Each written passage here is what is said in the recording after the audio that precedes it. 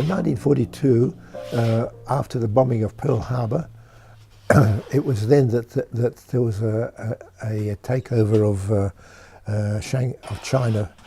One of the things I do remember was standing in the hallway as our property was carried out by some of the Chinese coolies under the direction of the Japanese guard there.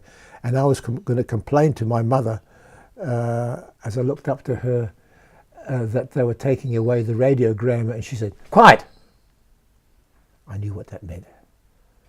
Otherwise I'd have got a rifle butt in the face.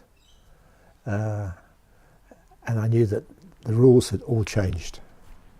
We were interned in what was a former hospital, a walled compound. Food was always in short supply, and your ribs stuck out. No fat people, no overweight people. If you wondered what was sticking out through the front of your body, it was probably your spine. When there was mealtime, we were never late for the queue in the mealtime. Rice, Chinese cabbage, turnips. I can't face turnips still. We were supposed to be on occasional privilege have a mutton delivery, mutton by foot. It was more like dog. So we just, of course, dogs seem to go off the streets. Even to this very day, I can't throw away food, ever. Always finish the plate, always wipe it clean. I don't suppose that in the course of it, 12 months, even now, we would throw away 2 crusts a year. Yeah. But you never forget that, and you value that. Second camp had a no man's land. You would never ever be found in that no man's land, and if you were shot. No argument about that. No questions asked, shot. The second camp was rather interesting. It was a university, and through the grounds ran a creek. My word, you learned all about fishing. You could make fish hooks out of anything. I can remember making fish hooks out of clothes peg wire that was a steel wire. When you got sick, you were very lucky to survive. People just dropped dead from malnutrition. Making their bed, they just collapsed and died. The air raid that occurred that morning, it was furious. Hawker Hurricanes, they were known as P-51s. This particular P-51 came across the camp area. We were just outside the camp, outside of the city, and it was possible for the aeroplanes to do that. And it was hopping over the telegraph wires. And we were at school, and we heard this darn great roar.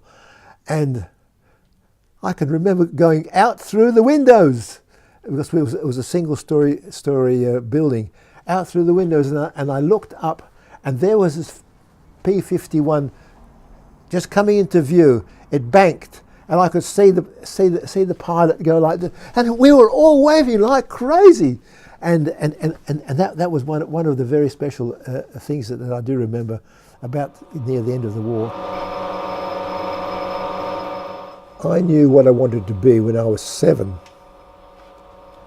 That sounds very unusual. I wanted to be a marine engineer, and when I grew up a bit further on, I just couldn't help waiting to get my hands on anything mechanical. And then ever since then, I've been in the engineering stuff. And when you look around here, I just can't let go of it, and I love it. Yes, I suppose it wasn't unusual for a person who'd had that experience with the enemy force and being interned to have felt some degree of resentment, and it took a long time. And after the war, I would really say that I could not entertain buying a Japanese product. No such thing as a good Japanese anything, and the British cars were the only cars, in my opinion, that was worth being behind the wheel of. But then as the time rolled on, I found myself in the power station industry. I realised how much they were part of our Australian way of life. And it was when my wife went to Europe and on the way to Japan that things changed. Just outside of Tokyo, my wife said to her daughter, who was sitting next to her, "Would it be nice if we could say thank you in Japanese?" And my daughter said, "Yes, it would." So my wife leant over the aisle a few minutes out from Tokyo and asked this Japanese person, "How do you say thank you in Japanese?" That Japanese man happened to live across the back fence where we used to live in Muswellbrook. The long and short of it was that we've become great friends over all these years, and that's the beginning of a healing process.